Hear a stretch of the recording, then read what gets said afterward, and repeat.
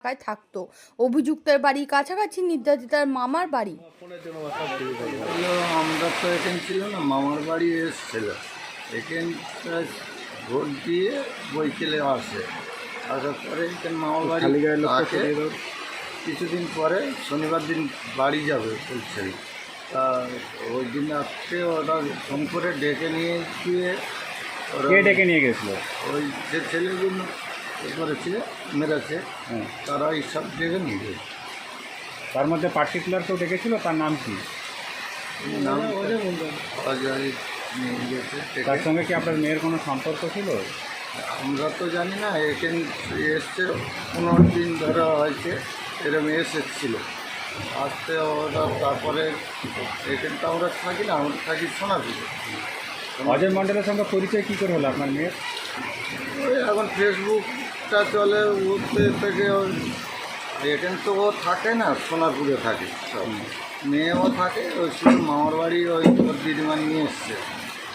নিয়ে আসার পরে ও তখন ছিল এই অবস্থা। এবার আমরা তো খবর পেয়ে চারজন ধরে নিয়ে গিয়ে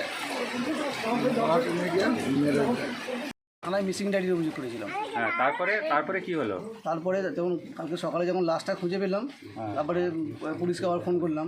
পুলিশে ফোন করার পরে পুলিশ তদন্ত করার পরে দুটো আসামিকে আমরা ধরেছি। কিভাবে লাশ পেয়ে মানে কিভাবে পেলেন আপনারা? ভাগ্নিকে খুঁজে পেয়েছেন কিভাবে?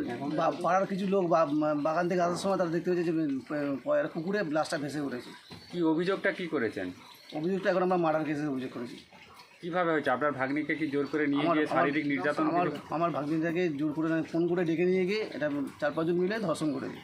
ধর্ষণ করে তারপরে কি করে? তারপর তাকে গলা টিপে মেরে দিয়েছি। যারা করেছে তারা কি পরিচিত? তাদের সঙ্গে কিভাবে আপনার ভাগ্নির আলাপ হয়েছিল? এটা তাদের সঙ্গে ফোনে আলাপ হয়েছিল, মানে ফেসবুকের মাধ্যমে আলাপ হয়েছিল। এখন কি চাইছে? এখন চাই তো শাস্তি চাইছি ওদের। কারা কারা তাদের নাম জানেন? কারা কারা এই ঘটনায়? দুজনের নাম আমরা শুনেছি, বাকি আর নাকি তাদের নাম জানা যায়নি। দুজন কারা কারা? একজন অজয় মণ্ডল, একজন দেবাশিস নস্কর। দুজনকে কি পুলিশ ধরেছে? হ্যাঁ, দুজনকে পুলিশ আসছে। আমাদের অভিযোগ আমার ভাগ্নির বাড়ি সোনারপুরে। তো কিছু দিন 15 আগে নাকি ছেলেটা সোনারপুরে গেছিলো, ওকে কিছু বুঝিয়ে শুয়ে এখানে নিয়ে এসেছি। নিয়ে আসার পরেই কন্টিনিউ ফোনে কথা বলতে করতো।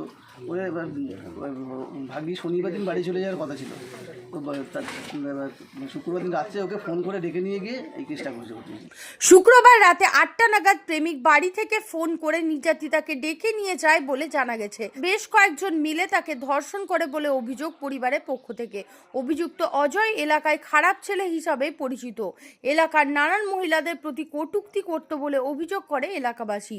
ঘটনায় দেহ উদ্ধার করা হয়েছে একটি পুকুর থেকে। আজ তা ময়নাতদন্তের জন্য পাঠানো হয়। পরিবার সূত্রে জানা গিয়েছে, শুক্রবার রাতে নিখোঁজ হওয়ার পর তার কোনো খোঁজ পাওয়া যায়নি। রাত্রি 11টার পর নির্যাতিতার ফোন বন্ধ হয়ে যায়, এখনও ফোন পাওয়া যায়নি। রবিবার একটি পুকুরে দেহ ভাসতে দেখে এলাকাবাসী দেহ উদ্ধার করেছে পুলিশ। পরিবার সূত্রে জানা গিয়েছে, 1 জুলাই দিদিমার সাথে বারুইপুর মদনপুরে মামা গৌতম মণ্ডলের বাড়িতে আসে নির্যাতিতা। সেই থেকে মামার বাড়িতেই ছিল। প্রথম তো যে যার ভালোবাসতো সে নিয়ে গেছিল, এবার ওদের সঙ্গে তো অতজন লোক আছে। তার নাম কি যে ভালোবাসতো? অজয়। কি করে পরিচয় হয়েছিল তার সাথে? তার সাথে আমরা তো জানি না, আমাদের তো কাজে যাই। এবার আমরা কী করে জানবো যে এই 2 মাস মামার বাড়ি এসেছিলো, এই 1 মাস 22 দিন মতন ছিল, ভোটের জন্য এসছে। আর এই শনিবার চলে যাওয়ার কথা বাড়ি। আর শুক্রবার দিনকে ওই ঘটনা হয়েছে, ফোনের ওপর ফোন করে ডাকা হয়েছে, হয়ে ওই যে তোমার নিয়ে গিয়ে বাগানের মধ্যে ওই রেপ করে টোরে হয়তো কত কিছু যা হওয়ার তাই তো হয়েছে। এখন কি চাইছেন? এখন আমি চাই ফাঁসি। আমার মেয়ের যেরকম করেছে, মৃত্যু মানে জলে ডুবিয়ে মেরেছে, ওরা আমি চাই ফাঁসি। কতজন ছিল? 5 জন তো বলছে।